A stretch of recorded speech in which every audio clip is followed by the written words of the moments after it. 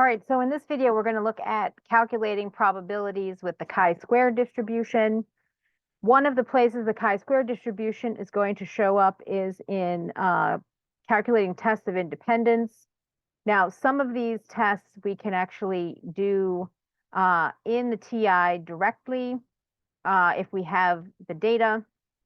However, there are some kinds of such situations where we might be doing a hypothesis test and we are not actually having an option in the calculator to just do the thing for us.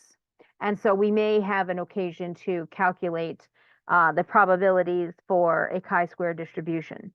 Now, the chi-square distribution can be found in the distribution menu, which we get to from second vars. Same thing as other probability distributions. It is a little closer to the top of the menu than some of the other ones that we've looked at. Now, there is a CDF and a PDF. The chi-square distribution is a continuous probability distribution. So the chi-squared CDF is what we are going to be doing our calculations on, not the PDF.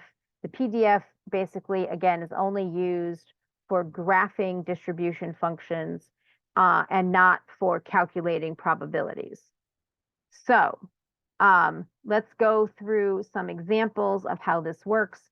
Now, the syntax for the chi-square distribution is you have to specify a lower bound, an upper bound, and the degrees of freedom.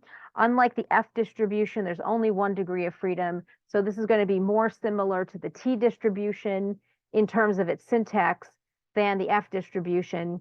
And the chi-square distribution, like the F distribution, though, however, it is skewed typically, particularly for very small degrees of freedom. It is very skewed. As the degrees of freedom get larger, it will eventually become more and more symmetric looking as the peak gets further and further away from zero.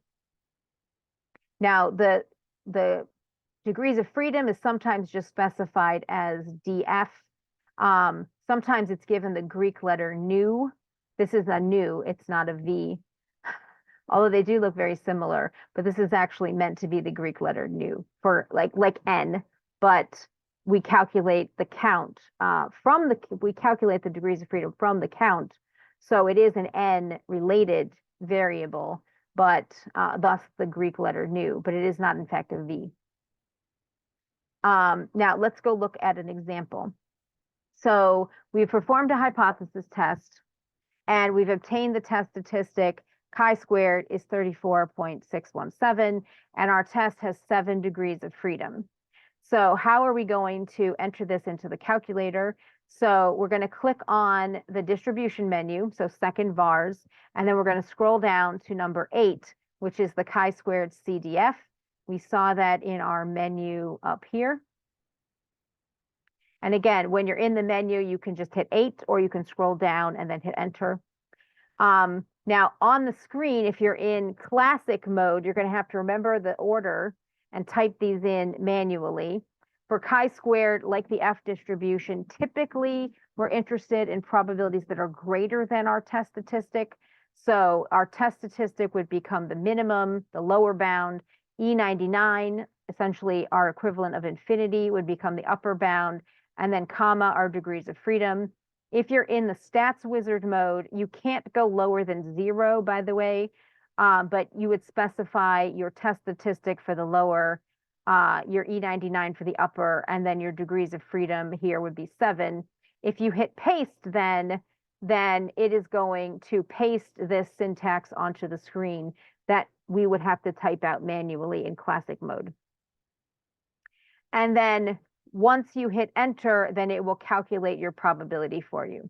Now, in this example, we got a very, very small probability. E-5, of course, is scientific notation.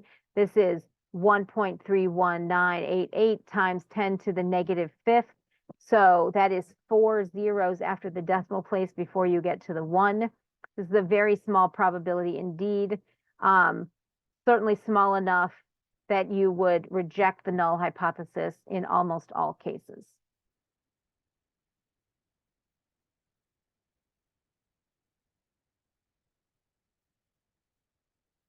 unless you're in physics.